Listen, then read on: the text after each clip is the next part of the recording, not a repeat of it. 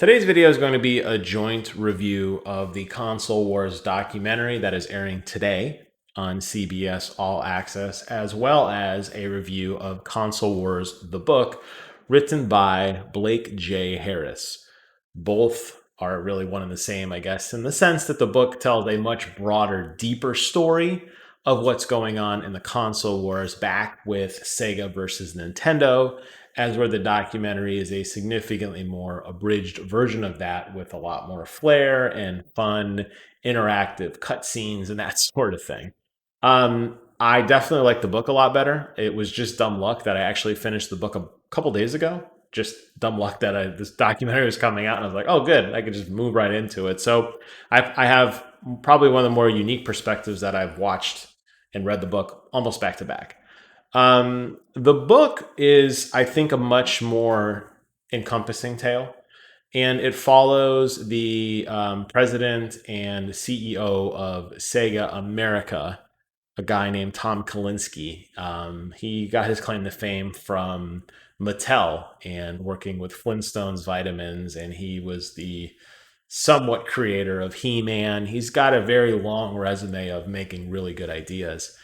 And Sega of Japan picked him up to help head Sega of America in their fight against Nintendo.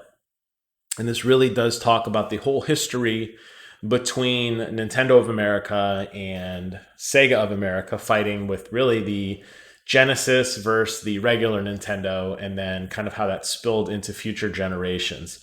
The book is much more of a story than it is a documentary, much more of it than it is a factual, kind of just very bland story.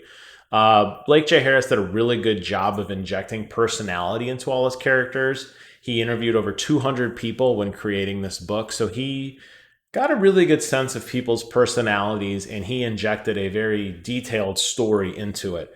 Definitely, there's a lot of fiction there. A lot of the accounts of what happened are probably not exactly the way that he retells them, but the end results were the same. So instead of just saying a meeting was held on October 1st, he'll say, it was a brisk morning and Tom got out of his red car and he said hello to the paper boy and walked in and grabbed a coffee. And he makes a story out of it, right? At the end of the day, the meeting was still held on the same date. This was the end result. And I like that about the book. It does run a little long. It runs over 550 pages. So there's a lot to read. And there were definitely some points in the book that I was kind of starting to glaze over, like, okay, you're talking about this too long. In the history of what happened, this isn't all that exciting. The documentary, on the other hand, much more succinct. It's about an hour and 30-minute runtime. Keep in mind there's credits and a lot of like cute little transition animations in between. Definitely tells a much more specific story. And actually, Tom Kalinske is not the focus so much of that documentary as he was in the book. So you're almost seeing the same thing from a totally different perspective. Now, both the book and the television documentary do a really good job of outlining kind of what Sega was getting into. And they were behind on Nintendo. It was a Nintendo run world at the time. Nintendo had finally figured out a way to repopularize and reintroduce the home console after Atari had destroyed it and destroyed all public trust with ET. So Nintendo had a very strict set of rules, regulations, and policies that must be fulfilled in order for you to do business with them. And they were basically ruling the market. They were the market. And when Sega came on, they had a lot of specific logistical challenges, something that you don't really think about in today's society with social media being free and accessible to everybody, or how easy it is to create your own virtual store and ship products directly to customers. There was no Amazon back then. There was no online shipping. You had to fight for physical brick and mortar store space. And a lot of the main vendors were very hesitant to give Sega any foothold at all because they didn't want to piss off Nintendo. And Nintendo was notorious for shortchanging orders and for not fulfilling orders if you didn't do exactly as they said. So Tom Kalinske and his team had a very difficult task ahead of them. And this book talks about a lot of these guerrilla tactics that they employed. like buying billboards and storefronts around Walmart's headquarters to basically force Walmart to see that Sega was a real thing. They did not a world, they did a national tour where they had Super Nintendo and Sega Genesis side by side, and they let people play each game, Super Mario World, and I think Sonic. It was Sonic 2 maybe at that time. And they did a tally of which one people liked more. They had their very notorious Sega marketing campaign, which was phenomenal. And they just had a lot of these kind of very aggressive marketing strategies. They were the first company to release a game on a Tuesday. They called it Sonic Tuesday. And they did a worldwide simultaneous release, which was unheard of at the time. And really, Tom Kalinske and his allies built up a dominant market. And at one point, I didn't know this because I was a Nintendo kid growing up, at one point owned 65 to 70% of the market. So they had won. They had beat Nintendo, which is insane. And then, unfortunately, as all major empires do, Sega starts to decline for a multitude of reasons. It's definitely explained significantly better and in significantly more detail in the book than it is in the documentary. But suffice to say, there was a lot of creative differences between Sega of Japan and Sega of America. There was a couple significant business deals that Sega of Japan would not back. Sega and Sony were actually getting ready to partner, and Sega in Japan shut that down. Sega of Japan forced the Sega Saturn on the world when we weren't really ready for it.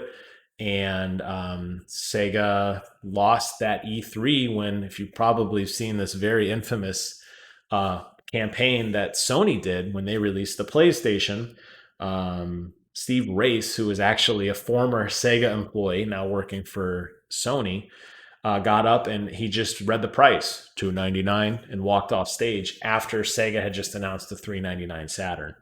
And it just basically, the documentary stops there. The book goes in a little more detail, but ultimately Sega falls under its own weight, can't keep up, and they eventually stop making hardware. Then they eventually stop making games, and Nintendo, of all people, picks them up and kind of revitalized the brand slightly. And that's kind of where it ends. It's actually, it's very interesting if you're my age, 38-year-old guy, because you remember a lot of this growing up, and it's nice to see it in a little bit more historical context, and definitely nice to see it kind of laid out in a way that makes sense. I mean, I was a Super Nintendo kid because that's what my friends had. And we didn't like Sega kids because the controller was weird and it was funny. And Sega kids didn't like Super Nintendo kids because we weren't hip enough to understand how great Sega was. And you just see these kind of rivalries forming.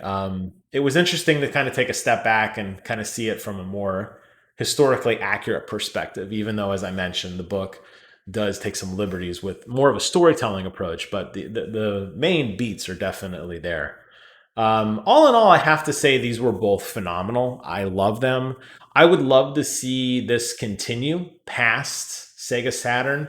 I would have loved to get more information on the Sega Dreamcast, for example.